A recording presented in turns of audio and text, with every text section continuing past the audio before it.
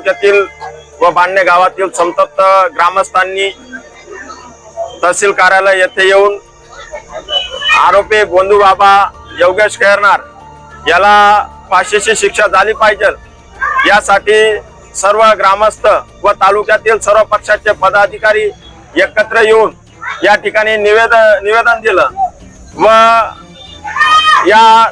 महाराष्ट्रात गोंदू बाबा प्रकरण जोरात चालू आहे। तसंच या साक्री तालुक्यात अतिशय निष्पाप लोकांना चुकीच्या पद्धतीने या गोंदू बाबाने मारला आहे। चिरंजीव अक्षय सोनवणे हा काही व त्याची मैत्रीण त्या ठिकाणी गेले असताना पूजापाठ केली व त्याला काहीतरी खाऊ घातल्यानंतर अक्षय सोनवणे याला बेशुद्ध केलं व त्या मुलीला घराकडे गोंदू बाबा सोडत जात असताना अर्ध्या रस्त्यात त्यांनी गाडी थांबवून मुलीसोबत अत्याचार करण्याचा प्रयत्न केला व त्या मुलीने नकार दिल्यास त्या मुलीवर लैंगिक अत्याचार करण्याचा प्रयत्न केला व त्या ठिकाणी तिला निर्दोषपणे तिच्याच ओढणीने त्या ठिकाणी तिला फाशी लावली व तोंड बांधून चुकीच्या पद्धतीने त्या ठिकाणी फेकलं व तिच्या अंगावर गाडी देखील टाकली। याचाच सर्व नाईनाट मिटवण्यासाठी चिरंजीव अक्षय या रात्री 2 वाजेला त्या मठावर गेला गोंदू बाबा व चिरंजीव अक्षय याला देखील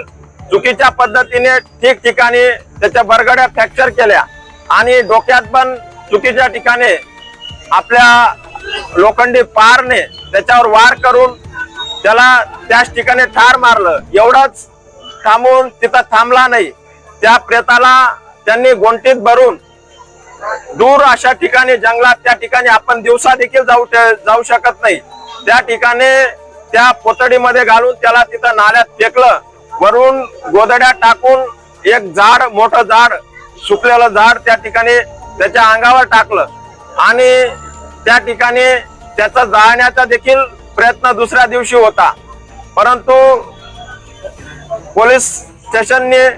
तात्काळ त्या ठिकाणी शोध घेतला व त्याच जागेवर त्याला सापडवलं। म्हणून सर्व